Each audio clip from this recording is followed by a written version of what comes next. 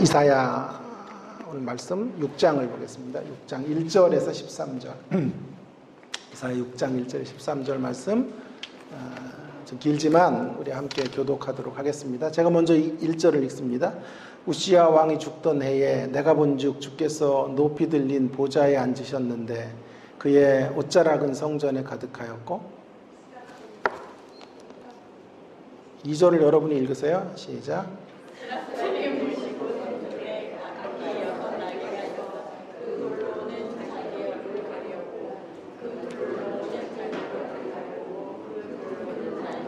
서로 불러 이르되 거룩하다 거룩하다 거룩하다 만군의 여호와여 그의 영광이 온 땅에 충만하도다 하더라.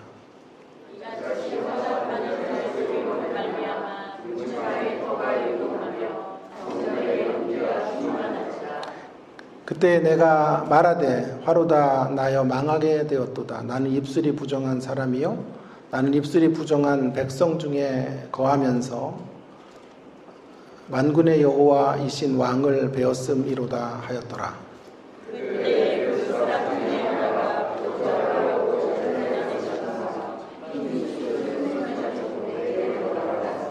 그것을 내 입술에 대며 이르되 보라 이것이 내 입에 닿았으니 내 악이 제하여졌고 내 죄가 사하여졌느니라 하더라.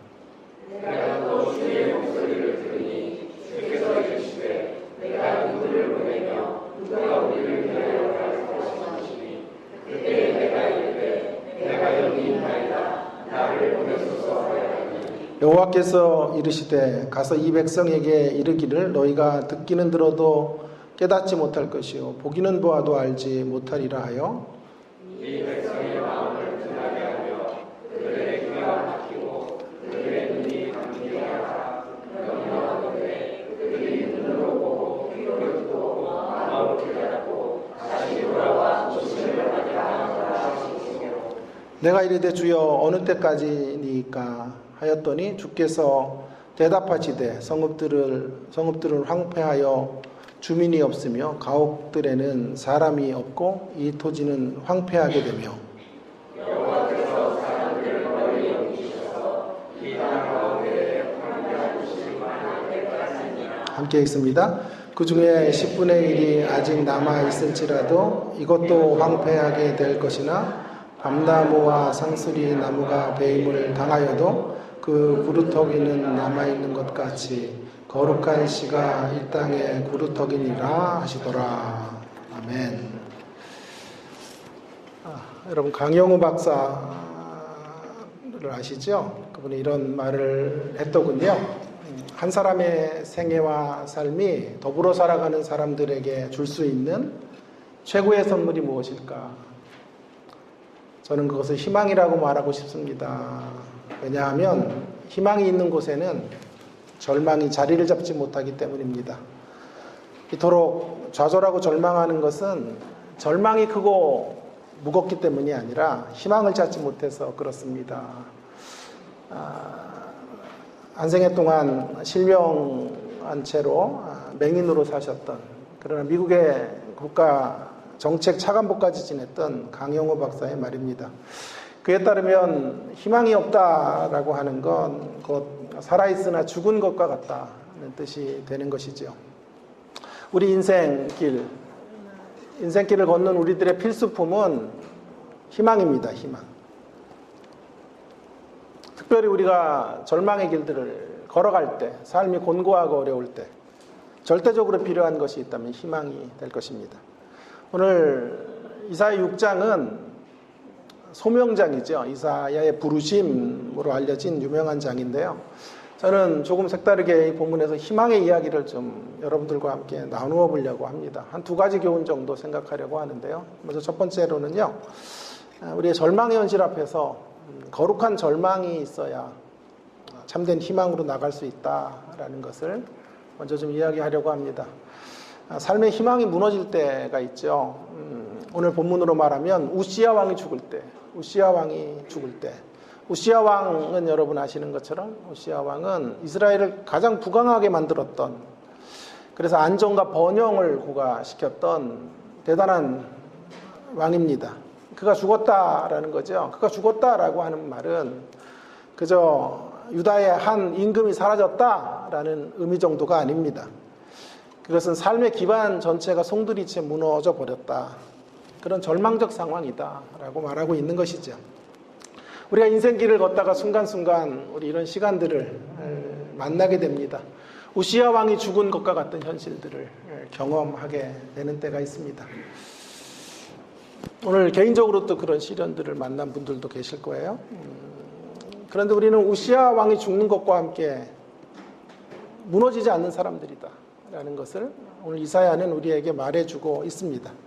삶의 기반이 무너지는 것과 함께 절망의 나락으로 우리는 떨어지지 않습니다. 1절에 보시면 이사야가 그런 상황 속에서 눈을 들어 성전에 계신 주님을 바라보죠. 그리고 희망의 자리, 또 사명의 자리로 그가 나오게 되는 것을 보게 됩니다. 인간왕이 사라졌지만 여전히 살아계신 진정한 왕이 계시다는 것을 이사야는 바라보고 그분이 함께 하시는 한 언제나 희망을 말할 수 있다고 우리에게 이사야 6장을 통해 말씀해주고 있습니다. 어느 프로에서 인디안들이 그 자녀들 성인식을 하는 장면을 본 기억이 납니다. 13살이 되면 소녀는 성인식을 하게 되는데요. 아주 깊숙한 숲으로 들어가서 그 캄캄한 밤에 그 13살 된 아이를 혼자 놔둬요. 혼비백산하고 두려움에 떨고 있게 되겠죠. 눈을 가린 채 그 무서운 곳에 있게 하고 이제 눈 가리개를 풀을 때 소녀는 두려움에 떨게 됩니다. 기나긴 공포의 밤을 지나게 되는데요. 그러는 중에 갑자기 한 곳에서 불이 반짝이게 됩니다. 소녀는 넋을 잃고 그 불빛을 바라보는데 거기에 아주 무서운 광경을 한 활과 화살을 가지고 있는 한 분이 서 있는 거죠. 그 한 사람이 바로 그 소년의 아버지인 것입니다. 아버지는 지금 이 소년과 함께 온 밤을 성인식을 하고 있는 소년과 함께 그것을 함께 그 밤을 함께 지새우게 된 것입니다. 그 소년은 결코 혼자가 아니었습니다. 아버지가 멀리서 그를 예의주시하고 그와 함께 있었던 것입니다. 그 소년에게 아버지가 함께 했던 것처럼 저와 여러분에게 영원하신 아버지 우리 하나님께서 왕으로 우리를 이끌어 가시는 분이십니다. 인간 왕이 사라지는 그때에도 여전히 우리를 통치하시는 진정한 왕이신 하나님은 우리와 함께 하시기 때문에 우시야가 죽는 때에도 희망을 말할 수 있는 것이다 라고 성경은 지금 말하고 있습니다. 그런데 여기 심각한 문제 하나가 좀 생깁니다. 많은 신자들이 여전히 하나님을 왕이라고 말하면서도 우시야가 죽는 것과 같은 시기를 만날 때, 즉 우리의 삶의 기반들이 허물어지고 무너져 버릴 때 전혀 하나님이 우리의 왕이신 것으로 위로를 받지 못하고 있는 것입니다. 하나님이 진정한 실력자인 것을 환경이 어두워지면 잘 인정하려고 들지를 않게 되는 것이죠. 그 하나님의 영광의 빛으로 그 빛을 끌어다가 우리 안에 있는 절망과 어둠을 밝히려고 하지는 않는 것 같습니다.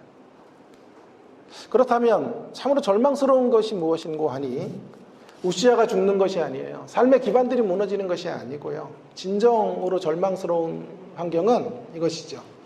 하나님이 여전히 우리 안에 참된 왕으로 계시지 않는 것. 이것이 정말 절망스러운 것이에요.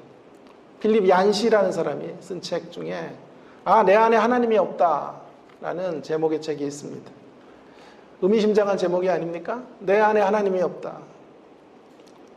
순간순간 우리는 내 안에 하나님이 없음을 확인하고 깜짝 놀라게 됩니다. 여러분 조그만 손해를 입거나 상대로 인해서 내 감정이 조금 스크래치가 나보십시오. 도무지 참지를 못합니다. 얼굴이 울그락불그락하고 화를 이기지 못합니다. 그런 작은 현실 앞에서도 우리는 하나님의 왕되심을 인정하지 못해요. 하나님이 안 계세요. 하나님이 왕으로 계시다면 우리의 감정 정도, 그 사소한 감정 정도는 컨트롤 하셔야 되는데 그걸 통제하지 못하는 우리의 모습을 봅니다. 아, 내 안에 하나님이 없다. 그것이 맞습니다. 정확히 말씀드리면요, 하나님이 없는 것이 아니죠.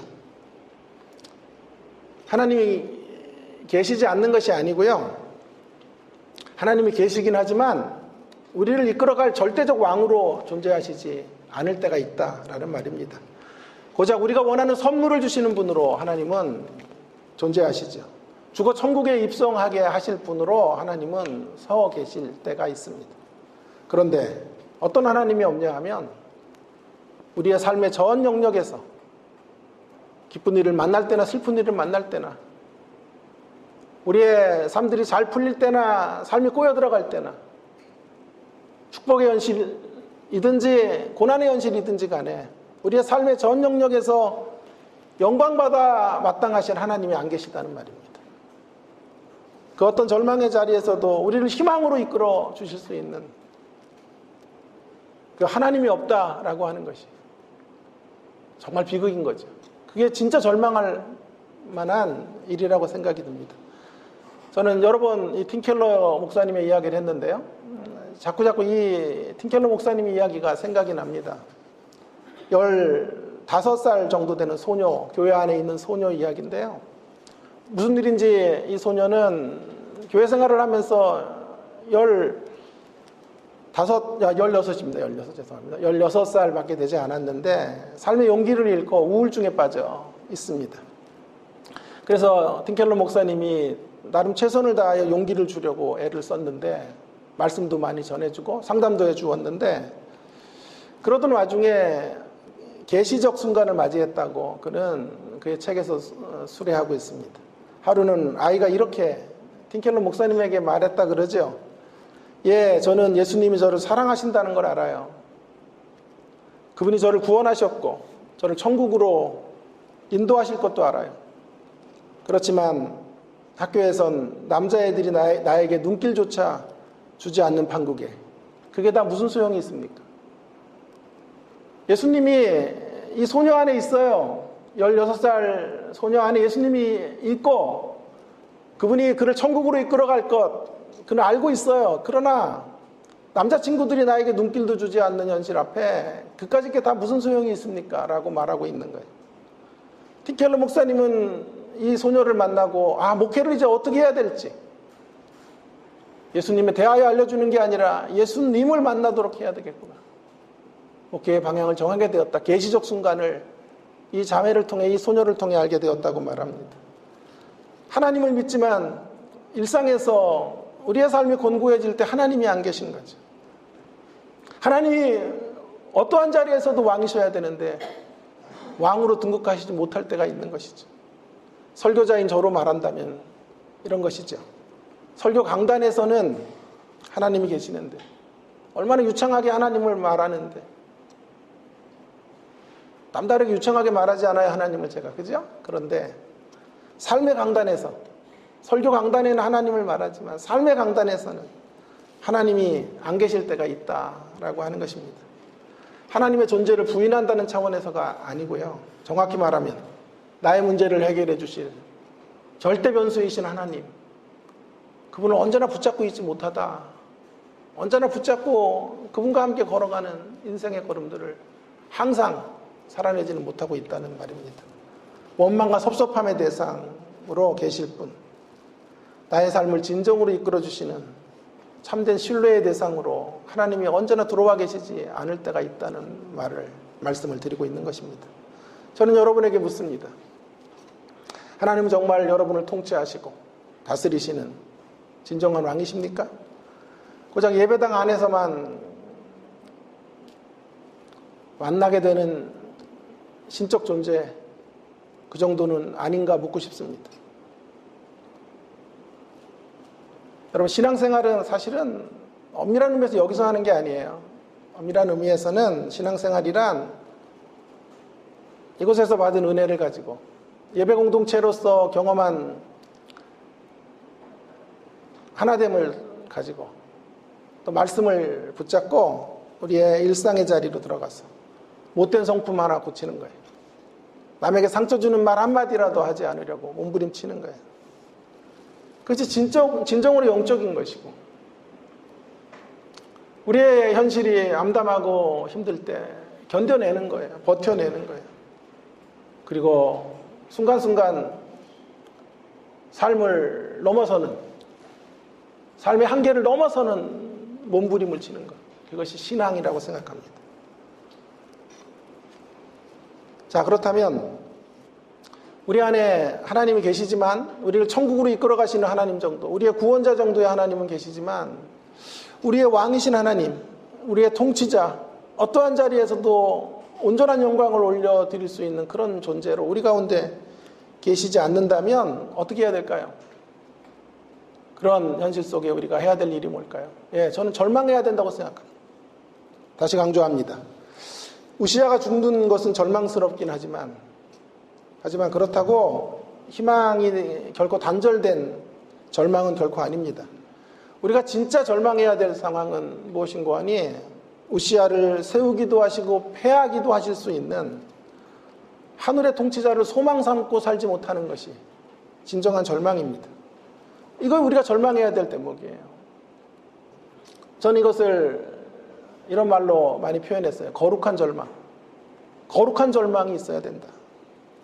하나님은 때때로 절망스러운 상황, 우시야의 부재 같은, 우시야가 죽던 해와 같은 그런 절망스러운 상황들을 사용하셔서 우리가 정말로 절망해야 될 일이 무언가, 우리 안에 있는 하나님의 부재, 하나님의 왕되심의 부재가 있는 것은 아닌지를 점검하도록 하십니다. 여러분, 환경이 내 편이 아니어도 하나님이 내 편이시면 우리는 절대로 망하지 않습니다. 하나님이 내 편이신데 문제는 내가 하나님이 내 편인 것을 알지 못해요. 보지 못해요. 그러면 우시야가 죽을 때, 우시야가 무너질 때 우리도 무너지는 거죠. 그러기에 하나님을 진정한 왕으로 인정하는 것을 상실한 부분은 가장 절망스러운 대목이라고 말씀드릴 수 있어요. 바로 이 대목에서 절망하면요, 깊이 절망하면, 내 안에 하나님이 없다는 것 때문에 깊은 절망의 자리로 나아가면 나아갈수록 우리는 놀랍게 희망을 찾게 되는 거예요. 그 거룩한 절망이 우리를 끝내 희망의 자리로, 희망의 탈출구로 나아갈 수 있게 만들어주는 것입니다. 오늘 이사야의 경험이 그렇습니다. 그는 영광의 하나님을 보고 비로소 자신을 봅니다. 그리고 자신에게 절망해요. 그 하나님 앞에서의 자신의 불결함을 보는 거죠. 하나님 앞에서 자신의 무기력함을 보는 거예요. 시미도 그는 하나님 앞에 철저하게 무능한 자기 자신의 한계를 직시합니다. 5절입니다. 5절. 그리고 말하죠. 그때에 내가 말하되 화로다 나여 망하게 되었도다. 나는 입술이 부정한 사람이야. 입술이 부정한 백성 중에 거하면서 만군의 여호와이신 왕을 배웠음이로다 하였더라. 그렇게 자신에게 처절하게 절망하고, 이 절망이 무슨 절망이라고요? 거룩한 절망이라니까요. 거룩한 절망. 그 거룩한 절망을 하니까 어떤 일이 벌어져요? 6절과 7절이 만들어져요. 한 천사가 이사야의 입에 손을 대고 악과 죄악이 사함을 받게 됩니다. 이사야가 놀랍게 회복이 됩니다. 그 회복이 있자 이사야는 사제의 은총의 자리로 나아가게 되고, 그 은총의 자리 안에서 살아가야 될 이유와 미래의 사역을 꿈꾸게 되는 것입니다. 여러분, 여기 주목해 보십시오.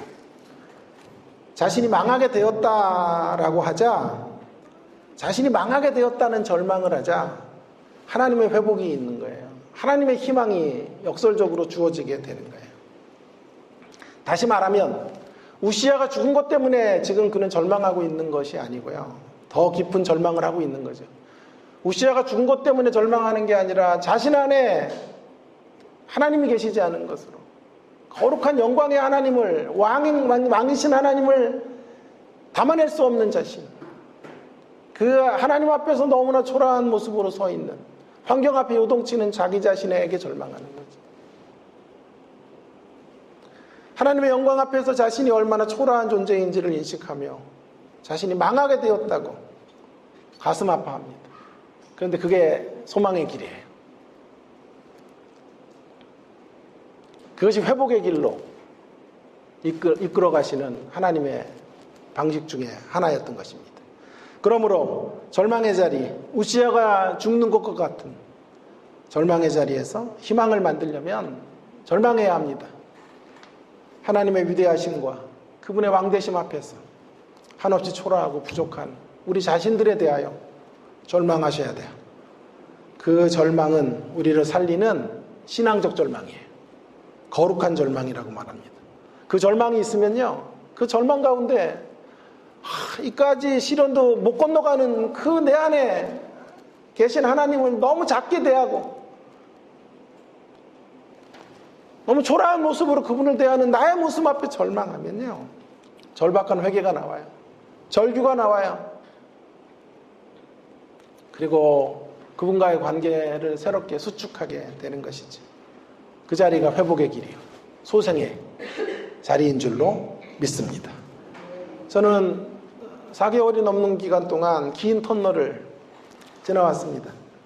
그러면서 저의 민낯을 여과 없이 볼 수 있었어요. 얼마나 신앙이 없는지, 하나님에 대한 전적 신뢰가 얼마나 결핍되어져 있는 목사인지를 보게 되었습니다. 사실 오늘 제 인생에 가장 설교하기 힘든 날이에요.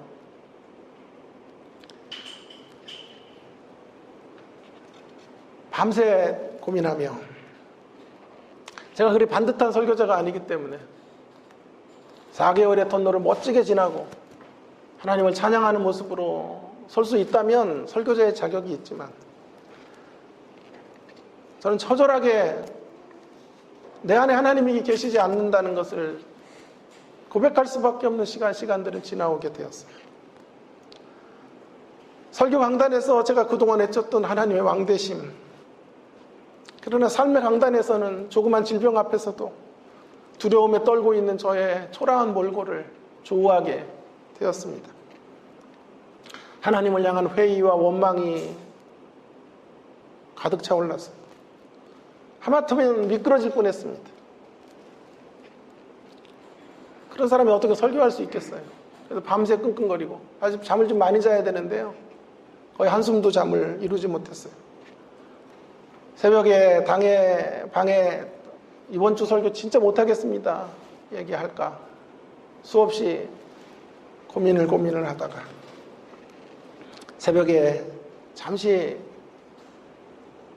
뒤척이다 눈을 떴어요. 그리고 기도하게 되었어요.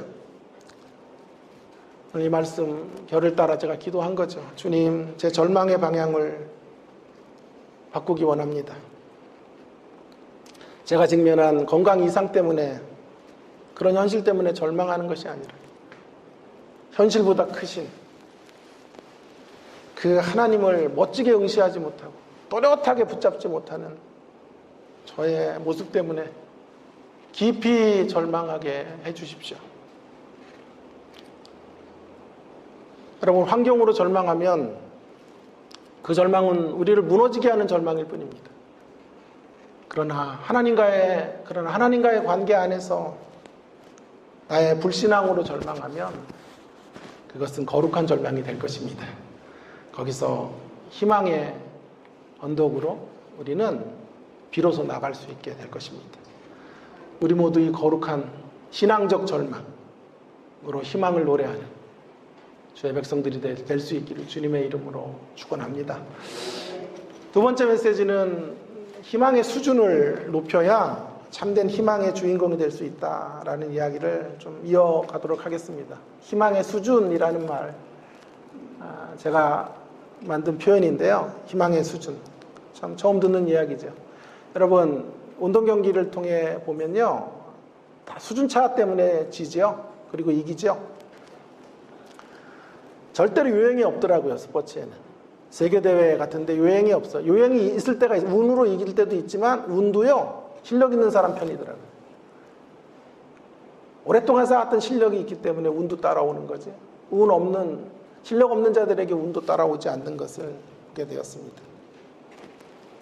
희망의 두 종류가 있다라는 게 저의 주장인데요. 오늘 본문을 통해. 하나는 가슴 벅찬 희망이 있고 가슴 아픈 희망이 있어요. 먼저 가슴 벅찬 희망을 말하는 사람 이야기부터 할게요. 이거 우리가 도달해야 될 이상적 목표치인데요.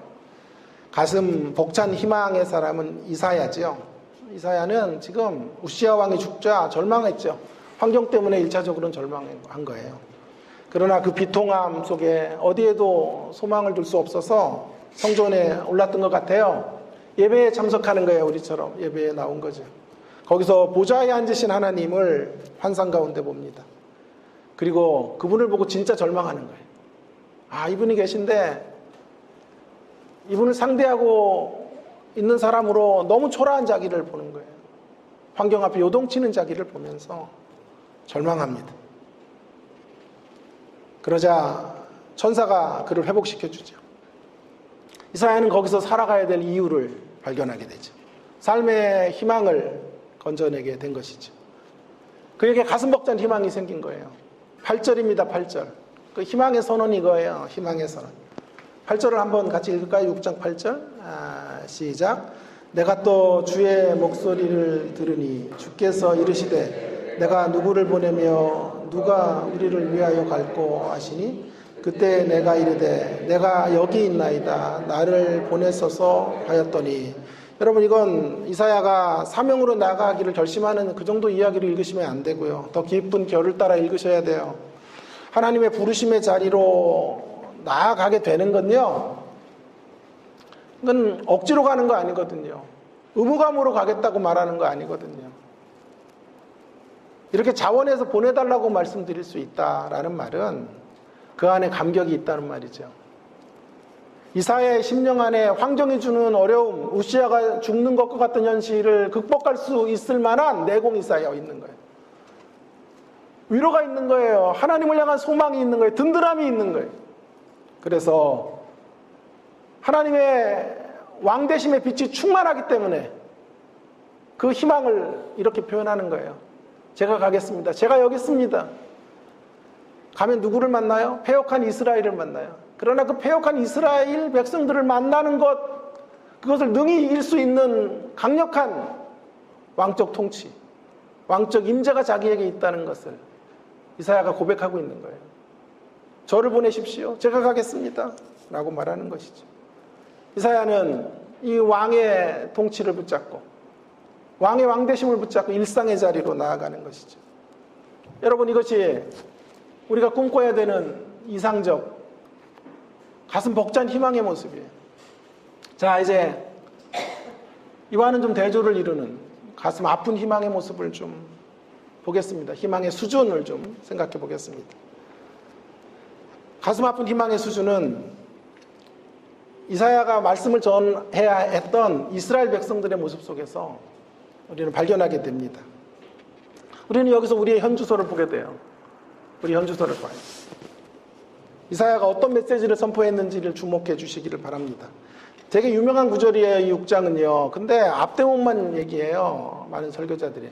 내가 나를 보내소서 하며 선교사들 파송할 때 뭐 이럴 때 본문을 주로 쓰지요. 그건 뒷구절을 읽지 않기 때문에 이 메시지의 전체적이고 통전적인 면들을 잘 못 보는 것 같아요. 여러분, 9절부터 12절이 매우 중요합니다. 오늘 본문 9절부터 12절에 이사야가 전해야 됐던 메시지가 무엇인지를 한번 눈여겨보시면 굉장히 놀랍습니다. 자, 이사야가 어떤 메시지를 전해야 합니까? 가서 여호와께서 이르시되 가서 이 백성에게 이르기를, 뭐 어떤 메시지 전해야 돼요? 이 백성에게 전해야 될 메시지가 이거예요. 이스라엘 백성들에게 마음이 둔하고 이스라엘이 귀를 막고 눈을 감고 있기 때문에, 그런 백성들이기 때문에 그들에게 선포해라. 그들로 깨닫지 못하게 해라. 그들로 절대로 깨닫지 못하도록 그것을 선포하러 가는 거예요. 너무 이상한 사명이 아닙니까? 그들로 돌아오지 못하도록 하라는 거예요. 하나님이 마치 이스라엘의 돌아옴의 회방자처럼 지금 말씀하고 계시는 거죠. 여러분, 그럼 우리 그렇게 읽으면 안 되겠죠. 이 본문을 어떻게 읽어야 될까요? 이스라엘 백성이 오죽했으면 하나님이 이 정도의 말씀을 하셨을까로 이해해야 됩니다. 그만큼 이스라엘의 패역이 크다라는 것을 역설적으로 말씀하고 있는 거예요. 너무나 당혹스러운 말씀을 전하라고, 깨닫고 다시 돌아와 고침받지 못하도록 해라. 너희는 목이 곧어가지고 패역한 백성들이기 때문에 패망할 수밖에 없다는 걸 선포해라. 이사야가 선포해야 됐던 메시지는 바로 그 메시지였어. 그러니까 이사야가 11절에 물어요. 하나님, 어느 때까지 그 메시지를 전해야 합니까? 하나님의 답이 이렇습니다. 그 녀석들이, 유다 백성들이 완전히 초토화될 때까지 돌아오지 못하도록 선포해라. 말 그대로 아무런 희망이 없다는 거죠. 희망이 없어요, 이스라엘에게. 그런데 여기 희망이 있어요. 두 가지로 그 희망을 우리는 엿볼 수 있어요. 첫 번째로는요, 이렇게 심판을 말씀하시는 하나님의 본심 때문에 희망이 있어요. 하나님 본심은 심판이 아니거든요. 이스라엘을 심판하고자 했던 마음으로 이런 말씀하고 계시는 거 아니에요. 본심은 다른 데 있거든요. 본심은 그들의 회복에 있기 때문에 우리는 여기 안에도 희망이 있다고 발견하게 돼요. 또 한 가지의 희망은 남겨진 희망의 13절 마지막 구절이에요. 하나님은 폐허의 자리에서도 구루터기를 남기실 것이다. 구루터기를 남기실 것이기 때문에 궁극적으로 이스라엘을 낮추시고 그들을 패망의 자리로 이끄시겠지만 최종적으로는 회복의 자리로, 승리의 자리로 그들을 초대하실 거예요. 그러므로 여전히 희망이 있는 거예요. 곰곰이 생각해 보세요, 여러분. 여러분, 유다 백성들에게도 희망이 아직 있네요. 그죠? 그런데 아쉬워요.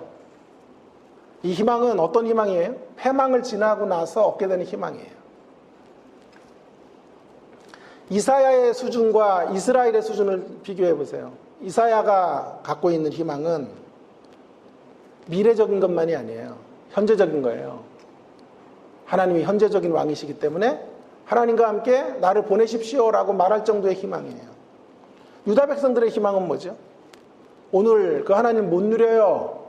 왕이신 하나님과 함께 발맞춰 살지 못해요. 그렇지만 그분의 은혜로 인하여 미래에는 회복될 거예요. 이것이 이스라엘의 희망인 거예요. 이사야의 희망, 이사야가 지금 품고 있었던 희망은 현재적인 것이죠. 어떤 절망의 상황 속에서도 빼앗기지 않는 희망, 빼앗길 수 없는 희망, 그 희망을 이사야는 지금 보여주고 있어요.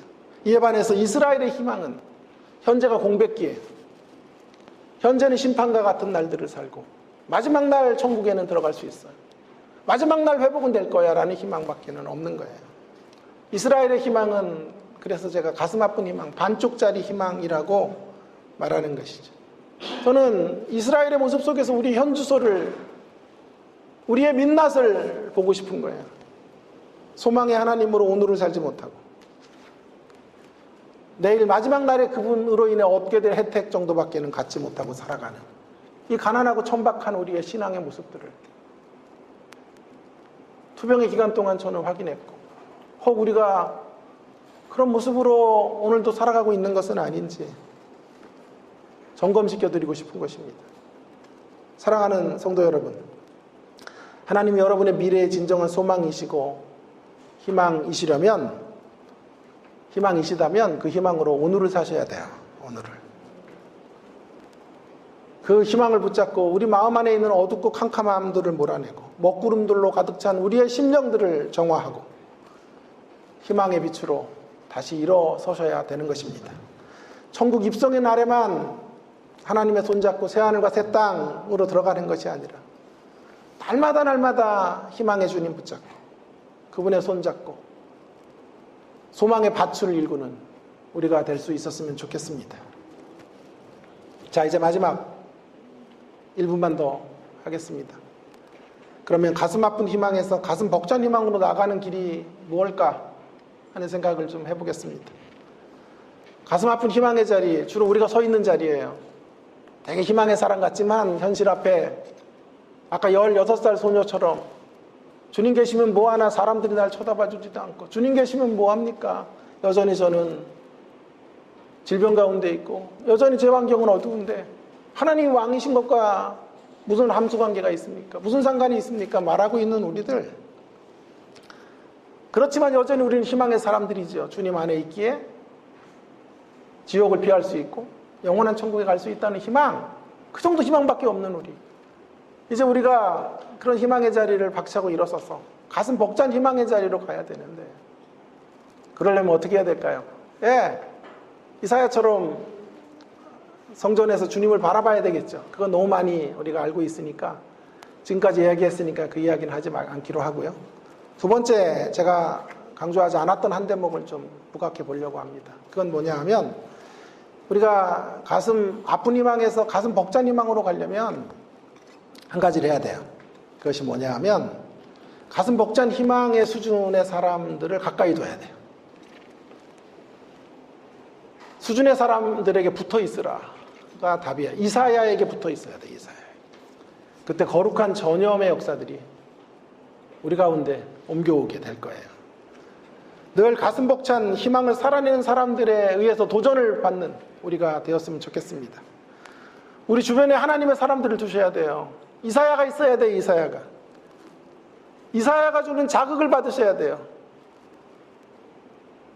희망 있게 살아가는 사람들의 모습들을 부러워하시고 몸부림치며 그들처럼 되기 위해 달려가셔야 되는 거예요.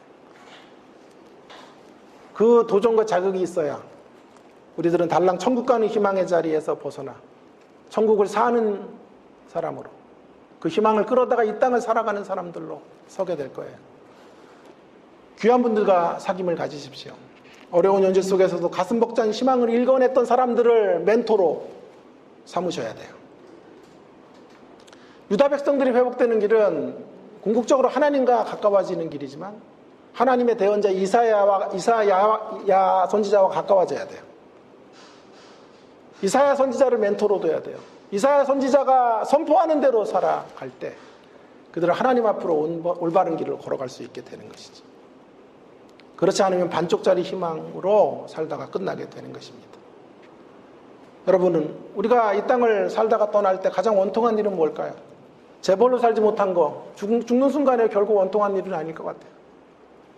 그러나 이건 원통할 것 같아요. 기독교 신앙을 누리지 못하고 살다가 떠나는 것. 왕이신 하나님을 저기 골방에 놔두고 그분이 한 번도 우리의 삶 속에서 시련을 극복하는 그 강력한 힘으로 작동하시도록, 일하시도록 그분의 길을 내드리지도 못한 채 살다가 끝나는 삶. 그런 삶이야말로 정말 원통하고 비통한 삶이 아니겠습니까? 이런 삶을 우리가 타파하기 위해서는 간곡히 부탁드립니다. 우리의 심령에 불을 붙일 수 있는 사람들과 늘 가까이 하십시오. 그런 생애를 살아온 사람들의 전기들을 날마다 읽으시는 것도 귀한 일인 것 같습니다. 늘 감격적인 희망의 삶이 어떤 것인지를 말해주는 사람들, 그들과의 교제를 통하여 우리 모두 꿈꿀 수 없는 자리에서 꿈을 꾸게 되는 주님의 십자가 교회 모든 성도님들 되기를 주의 이름으로 축원합니다. 제가 오래전에 달란트 비유를 했던 기억이 나는데 이 이야기만 하고 설교 마치겠습니다. 달란트 비유의 초점은 한 달란트 받은 사람이에요. 5달란트 받은 사람은 배경이라 그랬어요. 5달란트 받은 사람은 우리가 도달할 수 있는 경지가 아닌 거예요.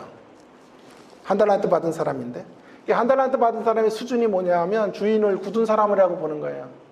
원망과 시비 가운데 주인에 대한 불쾌한 감정을 갖게 돼. 왜 한 달란트밖에 안 줘가지고. 나의 삶을 이렇게 망가뜨린 주범은 주인이다라고 생각한 거예요. 땅에 묻은 거예요. 장사해서 돈 못 벌어서 야단맞는 게 아니고요. 도전하지 않고 모험하지 않아서 우리 인생 숨 쉬는 날 동안 도전해야 되거든요. 숨 쉬는 날까지 모험해야 되는데 그 모험을 중단한 거죠. 왜요? 주인에 대한 섭섭함 때문에, 원망 때문에, 나의 인생에 흥을 깨신 그 주인 때문에 난 도전하지 않을 거야 라고 말하는 거예요. 자, 수준이 고작 이거예요. 가슴 아픈 삶의 수준인 거죠. 그에게 정말 나가야 될 롤모델을 제시하려는 게 달란트 비유의 핵심인 거예요. 그래서 그 롤모델이 2달란트 받은 사람이에요. 그럼 2달란트 받은 사람, 1달란트 받은 사람 편에서 볼 때는 가진 자죠. 대단한 사람이고 부러워야 될 사람이지만 2달란트 받은 사람은 그 앞에 5달란트 받은 사람이 있단 말이에요. 여러분, 절대적 빈곤만큼 힘든 게 상대적 빈곤이에요. 여기 계신 분 중에 내 월급에 만족한다라고 말하시는 분 한 분도 없을지 몰라요. 남들이 볼 때는 다 살 만큼 사는데 늘 우리는 결핍 속에 살죠. 늘 부족하다고 생각하죠. 더 가지고 있는 사람이 있고 내 앞에 더 누리고 있는 사람들이 있기 때문에 우리의 현실들을 만족하지 못하는 거예요.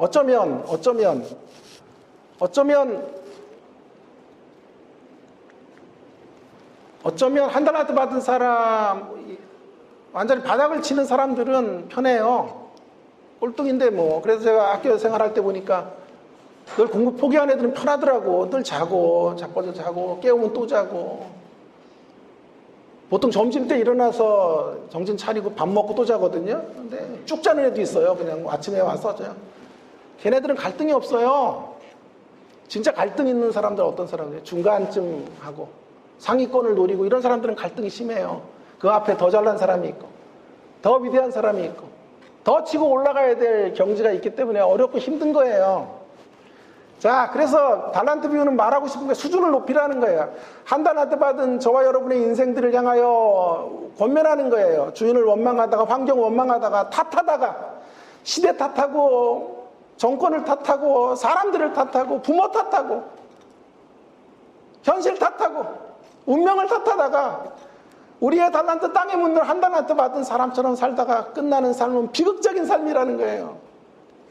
그 수준을 높이기 위해 롤모델로 보여준 사람이 2달란트 받은 사람. 2달란트 받은 사람은 앞에 5달란트 받은 사람이 있었지만 그 5달란트 받은 사람과 비교당하지 않고 비교하지 않고 자신의 길을 걸어요. 그래서 장사에서 2배를 남기고 주인에게 칭찬을 받고 있는 거예요.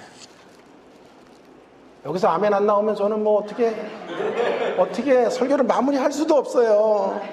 이 상대적 빈곤감을 넘어서 승리의 자리로, 주인의 칭찬을 받는 자리로 나아갔듯이 한 달란트 받은 저와 여러분이 2달란트 받은 사람을 롤모델로 삼고 부르신 곳에서 예배하고 어떤 현실을 만나든지 분명히 남과 견주어 보면 내가 열등하게 느껴지는 대목도 있을 거예요. 불합리하게 느껴지는 대목도 있을 거예요. 나에게 왜 이런 현실들이 주어지고 왜 이런 아픔이 찾아오고 착하게 산 것 같은데 왜 저에게 이런 암이 오고 이런 생각들을, 저런 생각들이 찾아올 거예요. 그때 그것 때문에 우리의 모험을 중단한다면 우리는 가슴 아픈 희망의 사람으로 살다 끝나는 거예요. 그러나 그 자리에서 다시 우리의 부르심을 생각하고 그 자리 가운데 계신 하나님의 사랑과 은혜의 손길들을 기억하고 2달란트 받은 사람처럼 다시 일어서서 계속 모험하고 도전하고 항해해가는 우리가 될 수 있기를 간절히 바랍니다. 그런 인생의 길을 걸어가라 말씀하고 계시는 거죠.